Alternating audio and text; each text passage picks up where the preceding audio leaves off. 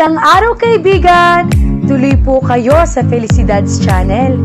Sa mga kwento ng buhay at pag-ibig na hinalukay sa natatagong baul ni Felicidad. Pero bago po tayo magpatuloy, huwag niyo pong kalilimutan na i-like ang video, i-subscribe ang channel, at i-click ang notification bell para lagi kayong updated sa mga parating pa na upload.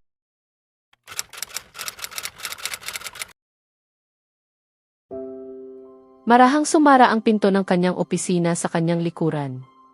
Ipinatong ni Maxwell ang kanyang mga palad sa gilid ng mesa, nakayuko ang ulo habang mabigat ang paghinga na para bang katatapos lamang niyang tumakbo ng napakalayo. Katahimikan. Ngunit hindi iyon tunay na tahimik. Hindi habang patuloy na umaalingaw sa kanyang isipan ang boses ni Richard. Tipunin mo ang natitira mong dangal at lumayas ka sa gusali ko. Mariing kumuyom ang kanyang panga. Hindi lamang naging malupit ang kanyang ama. Hayagan nitong ipinahiya si Amara sa harap ng buong pangkat ng mga nakatataas na opisyal. At hinayaan niya lamang itong mangyari. Dahan-dahan siyang huminga ng malalim at itinuwid ang kanyang tindig, ngunit hindi maalis sa kanyang isip ang larawan ni Amara. Ang bahagyang panginginig ng mga daliri nito habang pinupulot ang mga dokumento at ang huling pagsulyap nito sa kanya. Parang may hinahanap sa kanyang mukha na hindi niya naibigay. Pagtitiwala. Suporta. Anumang palatandaan na hindi siya nag-iisa. Diyos ko. Marahil ay inakala niyang pinabayaan ko siya. Tinalikuran ni Maxwell ang mesa at idiniin ang sakong ng kanyang palad sa kanyang mga mata na para bang mabubura nito ang alaalang iyon. Hindi siya nanahimik dahil nagduda siya kay Amara. Kilala niya ito. Alam niya kung paano ito magtrabaho, kung paano hindi tumitigil ang isip nito hanggat hindi perpekto ang bawat detalye. Hindi ito magnanakaw. Ngunit kung ipinagtanggol niya ito sa silid na iyon, magmumukha lamang siyang kampi. Higit pa roon, magbibigay iyon ng panibagong dahilan kay Richard. Lalo lamang nitong pag-iinitan si Amara upang patunayan ang punto nito. Gayunman, hindi nito pinagaan ang bigat ng kanyang pananahimik. Bahagyang kumibot ang isang ugat sa kanyang panga. May sadyang gumawa nito. May maingat na naglatag ng isang napakaperpektong patibong at itinulak si Amara rito. At kung sino man iyon, isinumpa ni Maxwell na pagsisisihan nito ang lahat. Isang marahan ngunit mapilit na katok ang umalinggaw sa pintuan ng kanyang opisina. Pumasok ka, mababang sabi ni Maxwell. Binuksan ni Bert ang pinto at pumasok sa loob, saka ito isinara sa kanyang likuran. Wala na ang karaniwan nitong magaan at palangiting anyo. Napakasakit noon, tahimik na sabi ni Bert. Nagpakawala si Maxwell ng maikling tawang walang bahid ng saya. Kailangan. Nag-atubili si Bert bago muling nagsalita. Kahit na ganoon, mukha siyang nawala ng matibay na lupang tinatayuan. Para bang biglang gumuho ang lahat sa harap niya.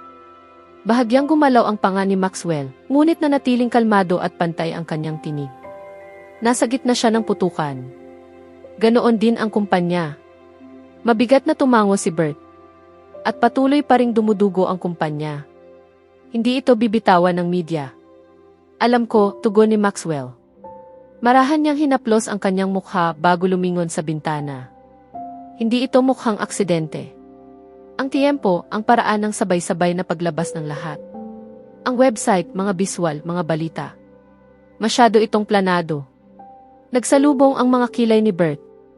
Sa tingin mo ba ay may sadyang tumitira sa Escudero Group? Oo, meron. Patag at matigas ang kanyang tinig. Hindi lang ito simpleng krisis sa reputasyon. May taong gustong ilagay tayo sa alanganin. Marahil ay nais pa tayong hilahin sa korte. Tumuwid si Bert at agad na napalitan ng pagiging propesyonal ang kanyang pag-aalala.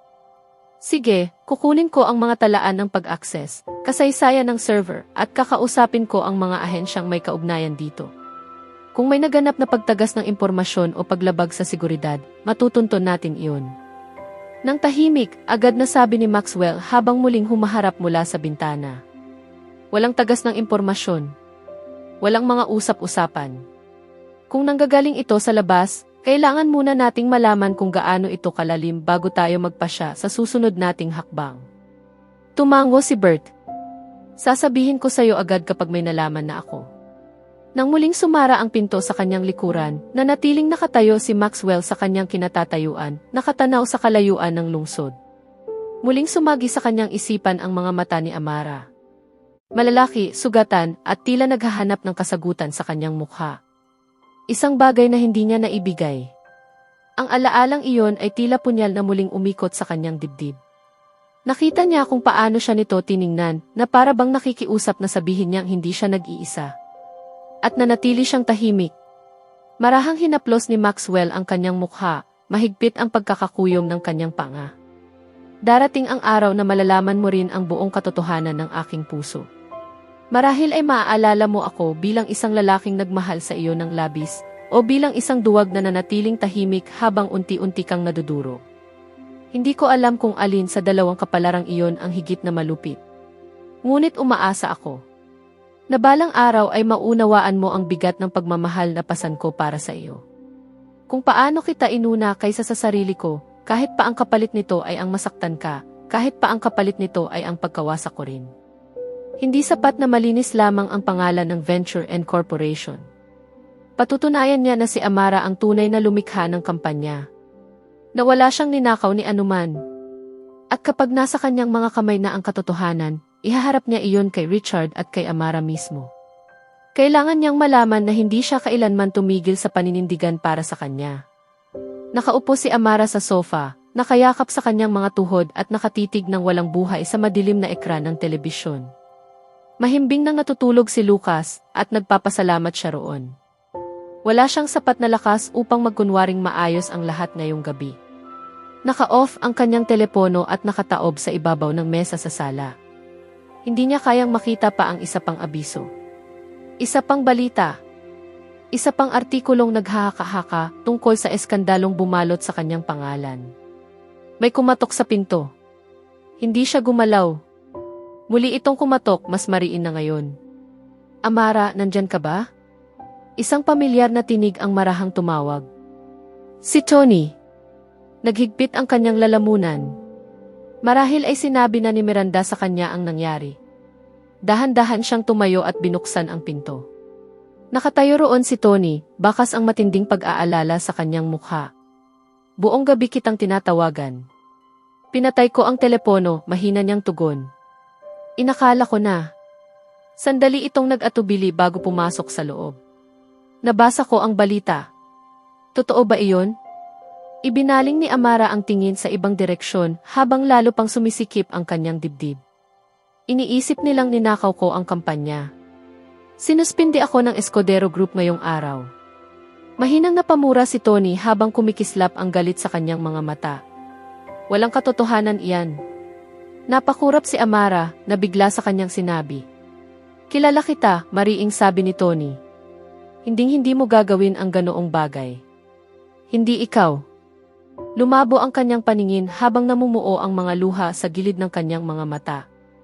Buong araw na iyon, walang sinuman sa Venture and Corporation ang nagsabi ng mga salitang iyon sa kanya. Wala siyang pakialam sa iniisip ng ibang tao. Hindi sa mga balita. Hindi sa lupon ng mga direktor. Hindi maging sa buong Escudero Group. Ngunit si Maxwell. Umasa siyang lalapit ito sa kanya. Natititigan siya nito sa mga mata at sasabihing naniniwala ito sa kanya. Kung hindi iyon, ano pa ba ang natitira niyang maaaring panghawakan? Ano pa ba ang natitirang pag-asa? Tinawid ni Tony ang pagitan nilang dalawa at lumuhod sa harap niya. Tumingin ka sa akin. Banayad ngunit matatag ang kanyang tinig. Hindi ikaw ang taong inilalarawan nila. At kung kailangan mo ng taong lalaban para sa iyo, ako iyon. Napigil ang kanyang paghinga. Ang matibay na pader na buong araw niyang pilit pinanghahawakan ay nagsimulang mabiyak. At sa wakas, hindi na niya ito kayang pigilan pa. Tony! Nabasag ang kanyang tinig habang tuluyang dumaloy ang mga luha sa kanyang mga pisngi. Wala nang sinabi si Tony. Nanatili lamang siya roon sa kanyang tabi, hinahayaan siyang umiyak hanggang sa wala ng luhang maibuhos. Habang pinagmamasdan siya, may mainit at matalim na damdaming namuo sa kanyang dibdib. Galit. Pagmamalasakit. Matibay na pagpapasya. Wala siyang pakialam sa restaurang iniwan niya ngayong gabi, ni sa napakaraming customer na marahil ay naghihintay at magrereklamo dahil sa kanyang pagkawala. Hayaan silang magalit. Mas mahalaga ito. Sa susunod na kabanata, magsisimulang maghukay si Maxwell sa likod ng sabwatan, laban kay Amara at matutuklasan niya ang isang bakas na maaaring magpabagsak sa taong nasa likod ng lahat. Samantala, habang unti-unting nagiging sandigan ni Tony si Amara sa pinakamadilim na yugto ng kanyang buhay, magsisimulang mabuo ang isang emosyonal na puwang na maaaring tuluyang maglayo sa kanya kay Maxwell. Kaya abangan natin,